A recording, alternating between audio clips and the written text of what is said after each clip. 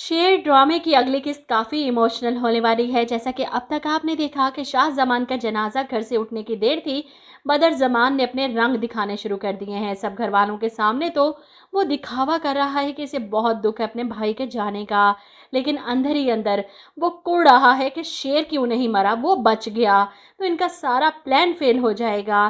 ताज़ियत के लिए आने वालों का सिलसिला ख़त्म होता है तो वकील साहब शाह जमान की वसीयत आकर सुनाते हैं, जिसे सुनकर बदर जमान का खून खोल जाता है और नईमा बेगम को भी बहुत बुरा झटका लगता है कि शाह जमान अपना सारा कारोबार, अपनी ज़मीनें अपने बेटे शेर जमान के नाम लिख गए और इनकी बेटियों के हिस्से क्या आया, सिर्फ कुछ ज़मीनें।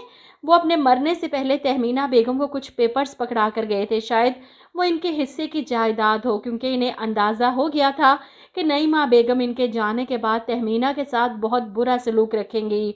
इधर आप देखेंगे कि शेर जमान की हालत काफ़ी क्रिटिकल है। तहमीना बहुत परेशान अपने बेटे के लिए बदर जमान के साथ हॉस्पिटल आती हैं, इसके लिए दुआ कर रही हैं, रो रही हैं, वो इसे नहीं खो सकती। ऐसे में शेर को आखिरकार होश आता है तो वो चीखता है, बाबा कहाँ है, वो ठीक तो हैं। और जब इसे बताया जाता है कि इनका इंतकाल हो गया तो वो चीख चीख कर रोता है कि कत्ल किया है मेरे बाबा का इन्होंने। इसे अपने बाप की बात याद आ जाती है कि ये दुनिया है और यहाँ सब कुछ हो सकता है, अपने जान देते भी हैं और जान लेते भी हैं। इसका शक यकीन में बदल जाता है, ये सब कुछ इसके चचा का किया धरा है। इससे पहले को इन लोगों का नाम अपनी ज़ुबान पर लाता, बदर ज़मान डॉक्टर के साथ मिलकर शेर ज़मान को हैवी डोज देना शुरू कर देता है। इससे पहले कि शेर ज़मान फिर से गनूदगी में चला जाए, इसे कुछ समझ नहीं आ रही, इसका दिमाग माउफ हो चुका है।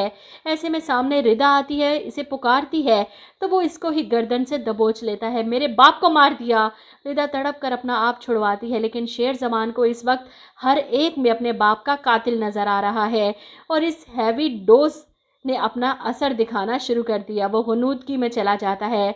डॉक्टर पैसे के लालच में आकर बदर जमान की बात मानते हुए शेर को फौरी तौर पर ये हैवी डोज देता है इसकी ड्रिप में मिलाकर, ताकि वो होश में ना आ सके। लेकिन डॉक्टर के चेहरे से पता चल रहा है ये सब कुछ वो किसी प्रेशर में आकर कर रहा है और ये सब करते हुए इसे खुद भी अच्छा नहीं लग रहा। लेकिन बदर जमान की धमकी के बाद वो और कर भी क्या सकता है। जो शख्स अपने सगे भाई को मार सकता है, इसके लिए डॉक्टर को धमकी देना कौन सा मुश्किल काम है। बदर जमान अपने बेटे फाहद को बताता है कि जैसे जैसे ये डोज इसके जिस्म में जाएगी, इसका बीपी शूट करेगा और नर्वस ब्रेकडाउन हो जाएगा और फिर शेर की कहानी ख़त्म। ये सुनकर फहद को बहुत खुशी होती है और वो बड़ी बेरहमी के साथ अपने बड़े भाई असद के सामने कहता है, जिस तरह इसने मुझे जलील किया, ठीक इसी अजियत में सिसकते सिसकते एड़ियाँ रगड़ते रगड़ते मरते देखना चाहता हूँ मैं इसे।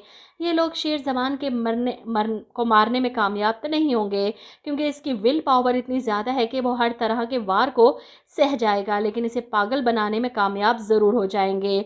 और जब शेर की हालत ज़्यादा ख़राब होगी कि वो हर एक को मारने के लिए आगे बढ़ेगा, तब मजबूरन बदर जमान को दिखावा करते हुए इसे मेंटल हॉस्पिटल दाखिल करवाना पड़ेगा। और फिर बदर जमान शेर के ठीक होने तक एज अ केयर टेकर इस घर, सारी जायदाद और कारोबार पर कब्जा करेगा और ये हक इसे नईमा बेगम देंगी, क्योंकि बदर जमान अब इस घर का बड़ा होने के साथ साथ फहद और असद का बाप भी है, जो दोनों नईमा बेगम के दामाद हैं।